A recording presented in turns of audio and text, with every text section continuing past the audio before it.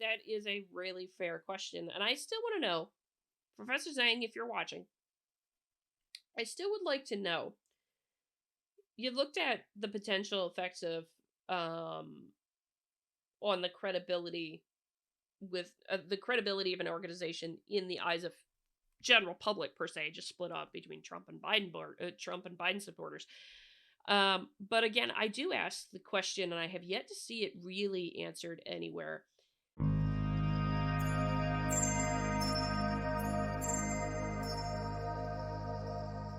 Alrighty, this is the third time that I have attempted to record this.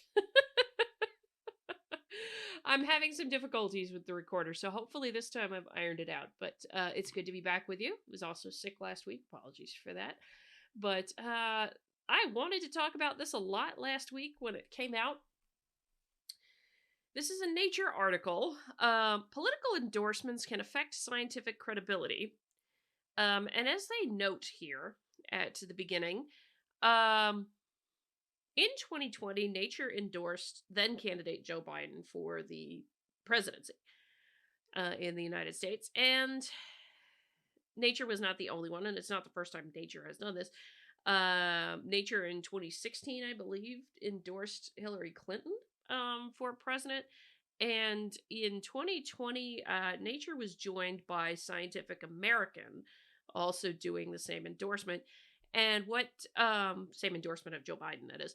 And what made that notable in that case was that that was the first time in Scientific American's 150-year history at that point that they decided to break tradition of theirs and endorse a candidate rather than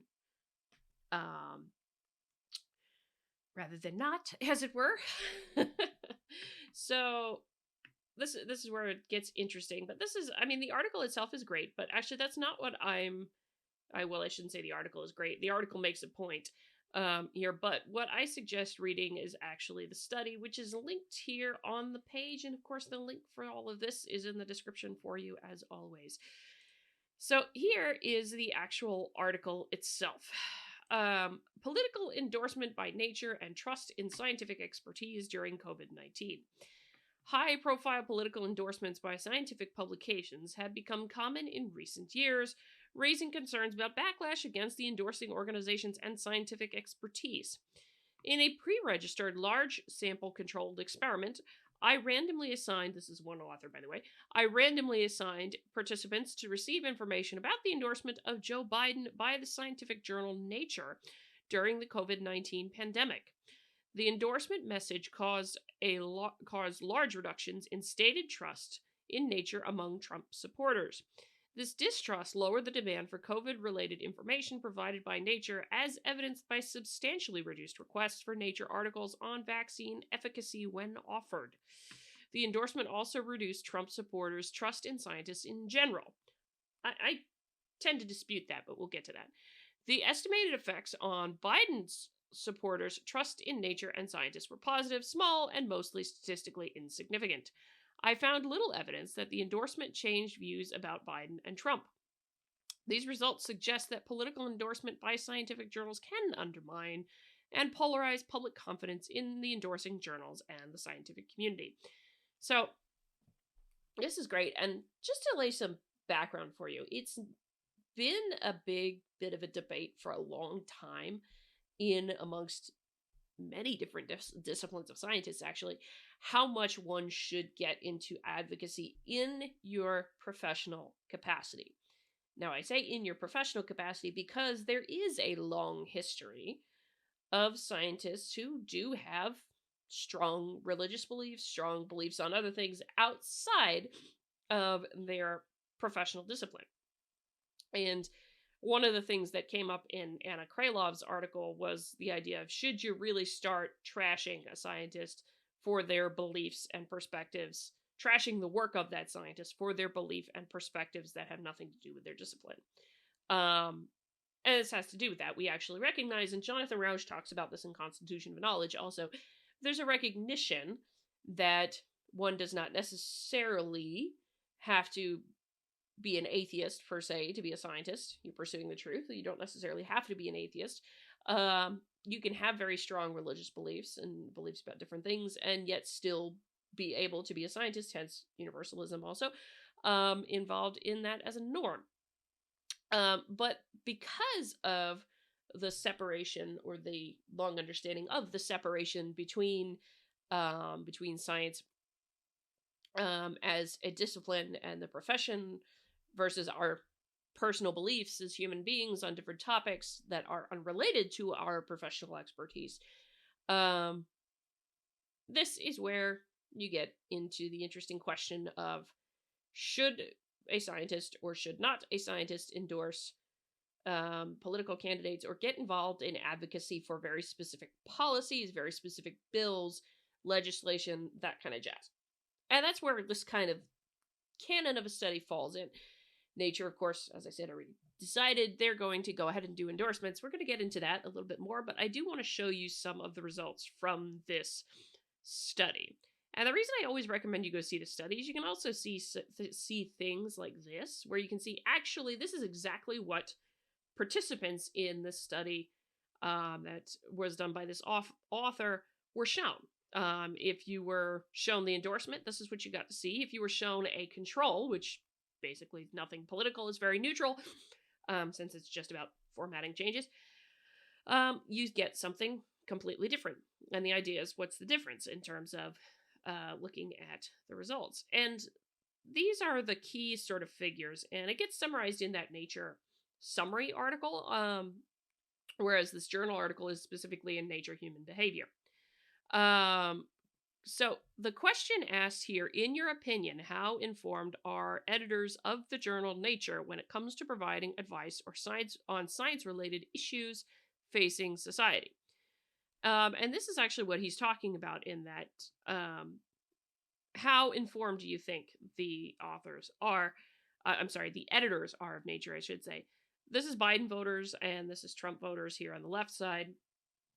The big difference here that just to take in mind is that the darker bars in these are the situation where they were shown the endorsement in both cases. And this is actually what he was talking about, is the profound shift of those who were Trump supporters toward not informed at all. Basically shifting from like a mode right here with very informed to somewhat informed to begin with. And in the Biden case, it didn't shift at all. So and essentially, that's very good information. And a lot of these, I think, actually, like these differences right in here in particular, and the differences on this end, would be very statistically significant.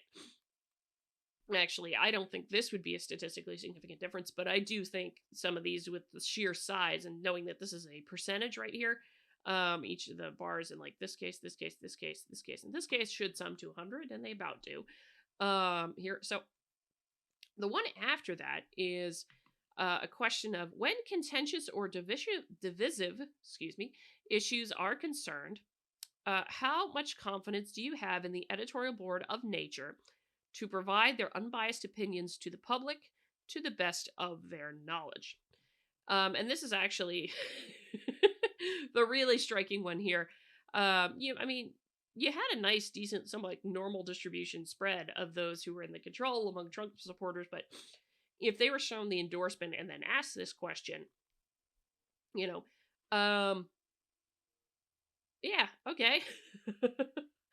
The only thing I really want to know with this is that, this is to the point that the authors are saying you really did damage your own credibility by engaging in a political endorsement. Now, I want you to notice one thing with this. The author of this study, did not look into the motivation for the endorsement. In fact, if I probably go back up here, did not look into the motivation necessarily for the endorsement themselves. They were just saying, did you endorse? Now, do I think they inadvertently perhaps put something in here about the endorsement? Yes, I do. Given something about the motivation is somewhat here in the endorsement. That said, that was not the overall purpose of the study, to look at the motivation behind the endorsement and what effect that would have. It's just simply, did you endorse? If you endorsed a candidate, what's the effect in here. Now, could the wording of the endorsement in the treatment case here have had an effect? Possibly, yes. But that's the point just to make with this, is that the author here was not concerned necessarily with the reason why nature chose to endorse and whether or not that had an impact. Just simply, did they endorse? Yes. Okay, what's the impact of that? Now, in the abstract, as I mentioned, the authors seem to suggest that it also decreased Trump voters, how should I say this? Trump voters, what's the right word? Trump voters' trust in scientists more broadly to be unbiased and informed. This table has a lot of the sort of statistical differences here and statistical changes, and nature is unbiased and what have you. The fact that this is so bloody close to zero, right here, the fact that it's like zero with like 3 zeros is like highly significant in its change. So it's very statistically significant for sure. The one down here is much more interesting because it is certainly much less significant. To say U.S. scientists are informed when providing advice. Negative, it shifts negative between the treatment and the control, those who were shown the endorsement and those who were not. Shifts to being less favorable and less trusting, and what have you. And it also shifts a little bit more here this way also. These are still statistically significant, but much less so than the other case with nature. And I want to point something else out because this is the repeat of those graphics, those questions, but asked specifically with U.S. scientists, not nature, U.S. scientists as a whole. In your opinion, how informed are U.S. scientists when it comes to providing advice on science-related issues facing society? If you didn't have the statistical tests, I would have, when I initially looked at the image itself, I would have thought that that was not statistically significant. And indeed, those numbers, percentages, they are statistically significant, as the table just showed, in terms of their change, but I think the individual differences maybe not so much, but the shift is there. The shift is there and it is real for this. So not insignificant, but also when looking at some of these things, one of the questions I ask is sort of practical significance. Is this practically any different? Couple percentage points, really, I think. Couple percentage points here, couple percentage points here. The shift, yes, it does. So it's not impossible. It's not unfounded, the conclusion. And I mean the same thing here. This is the other one, but again, about how much confidence you have in U.S. scientists to provide their unbiased opinions. It also shifts more to the negative, being the none at all down here versus a great deal. But it's nowhere near as dramatic a shift as in the case with nature itself. Now, what do I get? Why do I mention all this? Is because I do think people are discerning. People are very discerning. Public is very discerning. And the folks in the survey are very discerning in understanding the difference between the editors of Nature and the scientists and recognizing nature doesn't speak for everybody. It certainly doesn't speak for me. And so that's a point to take from that, is that there is a certain amount of discernment there, which explains the decrease in significance of this shift, but also from a practical level that there's really not as much difference as when you look at just for nature itself. Now, that in mind, this apparently, according to survey study results from this study, nature took a hit to their credibility. What struck me with this is that is that nature decided to say, you know what, we know, thanks to this study, that it probably took a hit to our credibility, but we're going to endorse candidates anyway. So this is an editorial from the editorial board. It came out the same day as the other study, and the Nature article on the study. Should Nature endorse political candidates? Yes, when the occasion demands it. Political endorsements might not always win hearts and minds, but when candidates threaten a retreat from reason, science must speak out. Okay, stop right there for one moment. Science is a process of getting at the truth. Science itself does not speak. Now, let me give nature the benefit of the doubt for the moment and say that's the editorial board anyway, and say that they probably mean science as a discipline, science as a professional, the scientists collectively. Nature, yeah, you and your editorial board, you have your own opinions. That's fine. But no, you do not speak for all scientists. You certainly do not speak for science, the profession. You speak for yourselves. And this is the question that I have for the author of that prior study if he's watching. I haven't seen it done yet, but I'm really, really curious to know the following. If somebody does if a professional society, let's say like Association for the Advancement of American Association for the Advancement of Sciences, for instance, or one professional society like, I don't know, American Association of Geographers, American Geophysical Union, any of those kinds of societies, or Nature, or Scientific American, or Science, does an endorsement. How does that affect the credibility of that institution with the scientists?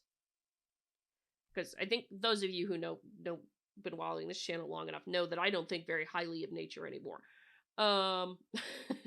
Given some of the things that they've published in the last few years. Same thing with Scientific American. I do not think very highly of Science, and Science magazine itself is kind of to me. Anyway. And it's because of some of the political things that they've done. Political things and getting into the social justice stuff. Postmodernist stuff. Big reasons why. That's why I would be very curious, because I have not seen that study done itself. What do you think of Nature if they do X? If they do Y? Of the people they are supposed to serve and represent. The scientists. And, of course, readers for the case of the magazine, so I think that, the current study gets that, but oh boy. So short answer here is that Nature does not speak for me, and it does not speak for all scientists. And no, science must speak out is the wrong phrase here. Scientists can speak out as they choose. It's not Nature's job to. Nature doesn't represent me or everybody else, for that matter. If you choose to be represented by Nature, hey, go for it. So in the editorial here, they basically go through and argue. Well, they basically describe why they did it in 2020 anyway, and why they would do it again. Which basically say, yeah, we know we shot our credibility in the foot doing that, but we're going to do it anyway. Very smart idea. When you're considered to be something that is supposed to be talking about science and providing an unbiased assessment and looking at the truth and all that, yeah, that doesn't help you necessarily. The author acknowledges that it is just one experiment and that it is not clear whether the reported effects will be long-lasting, but the study does question whether research journals should endorse electoral candidates if one implication is falling trust in science. This is an important question, and there are, sadly, no easy answers. Agreed on that one. The study shows the potential costs of making an endorsement, but inaction has costs too. Considering the record of Trump's 4 years in office, this journal judged that silence was not an option. Nature's October 2020 editorial was an appeal to readers in the United States to consider the dangers that 4 more years of Trump would pose, not only for science, but also for the health and well-being of U.S. society and the wider world. Trump had laid waste to science and scientific institutions at home on issues from COVID-19 to climate change, and had gutted environmental regulations even in the face of increasing climate risk. At a time when the world needed to unite to deal with these and other global threats, he took an axe to international relationships, pulling the United States out of the 2015 Paris Climate Agreement, and the United Nations Science Agency, UNESCO. He moved to defund the World Health Organization, and he walked away from a deal, the Joint Comprehensive Plan of Action, that the United States had carefully negotiated with Europe, China, and Russia to prevent Iran's government from enriching weapons grade uranium. It is hard not to think of a worst case scenario for public health, climate change, or nuclear security had Trump remained in office today. We live in troubling times for research and for societies, and Nature's endorsement for the November 2020 election and for Brazil's similarly pivotal election last October should be viewed in that context. Influential political voices are skewing rigorous evidence and interfering with or undermining the functioning of independent judicial and regulatory bodies that rely on rigorous science and evidence. This has been noticeable in other countries too, including Brazil, India, Hungary, and the United Kingdom. It's hard to know whether this is a long term trend or global phenomenon or something specific to certain places and circumstances. These are questions that researchers are investigating.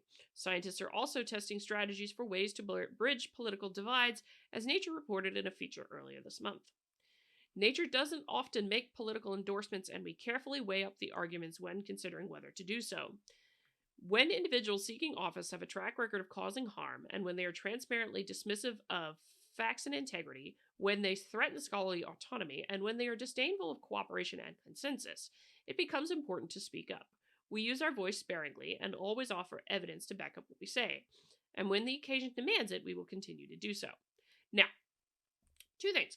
What they are arguing, of course, is that doing anything would have been costly. Doing nothing would have been costly. That's a bit of fortune telling, if you will, because they really couldn't have known that. They could have not endorsed, and Trump could have lost anyway. They could have not endorsed and had a whole bunch of other things happen. There could have been a whole different suite of things. You could not possibly know that inaction would have cost something. And we'll get to that in a second. The other thing is the motivation, as I said, and as the author said in the study, is somewhat irrelevant. And speaking of which, there was one person who weighed in on Nature's editorial was actually the author of the study on Twitter. So I will take it from his words as we wrap up. I appreciate that at Nature's editorial board responded to my research graciously and promptly. The discussion of my paper offered is thoughtful, but I find the counter-arguments and the conclusion unconvincing. The editorial board's counter-argument is twofold. The situation the endorsement was responding to was disastrous, and two, but the inaction has cost too because of one. Number one is largely irrelevant to the study's finding, which suggests the endorsement was counterproductive.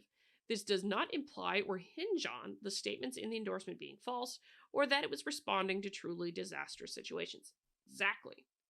That was the point of the study. The point of the study was not the situation it was responding to. Could have been a really great situation.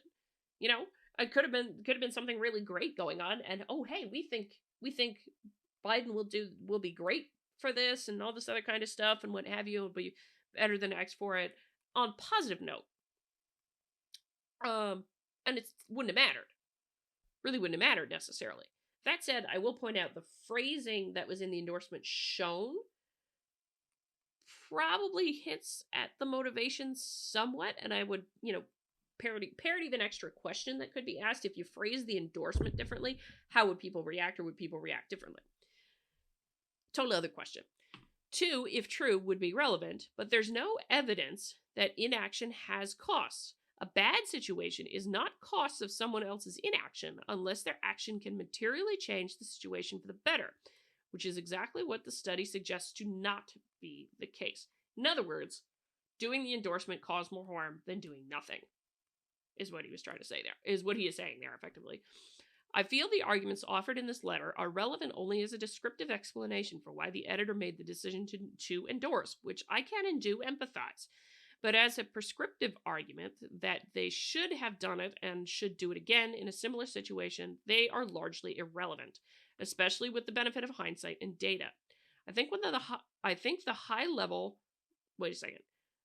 that one of the high-level implications of this study is that scientific organizations would be wise to be cognizant of the real-world constraint they face as public communicators. Exactly the point that I wanted to make with that.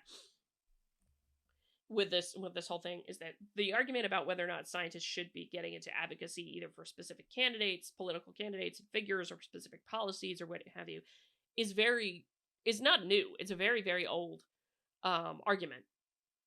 It's been going back and forth for a long time. and probably will feature more prominently as we go forward, given the state of things, and goodness knows the postmodernist garbage that's getting into science. Excuse me. But that is a really fair question, and I still want to know, Professor Zhang, if you're watching, I still would like to know. You looked at the potential effects of um on the credibility with the credibility of an organization in the eyes of general public per se, just split up between Trump and Biden supporters. But again, I do ask the question, and I have yet to see it really answered anywhere. What these scientists themselves, who admittedly for nature, most cases like nature, human behavior, and what have you, a lot of those folks who are reading there are themselves scientists or folks in the profession.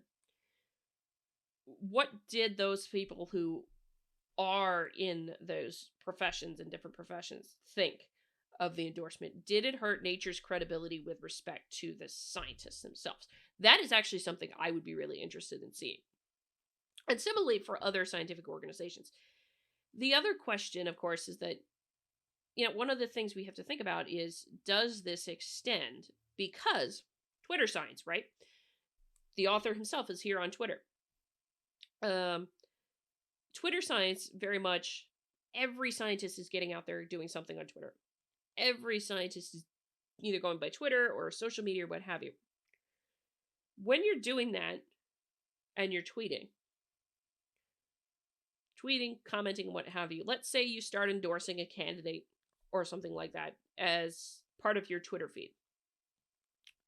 Does that then have an effect on your credibility as a scientist in the eyes of the public, particularly if you're very prominent? If you're less prominent, of course, it probably doesn't. But if you're very, very prominent, does it have a profound effect on how the public generally views your work specifically? Which is to say, if you as an individual endorse a candidate in your somewhat professional capacity, did you shoot your own credibility in the foot? That is a fun and open question now, particularly since we're in the age of Twitter science. So this is interesting. To wrap it up, political endorsements, nature did one, came back to bite them. They still want to do it again, even though that's not necessarily the best idea.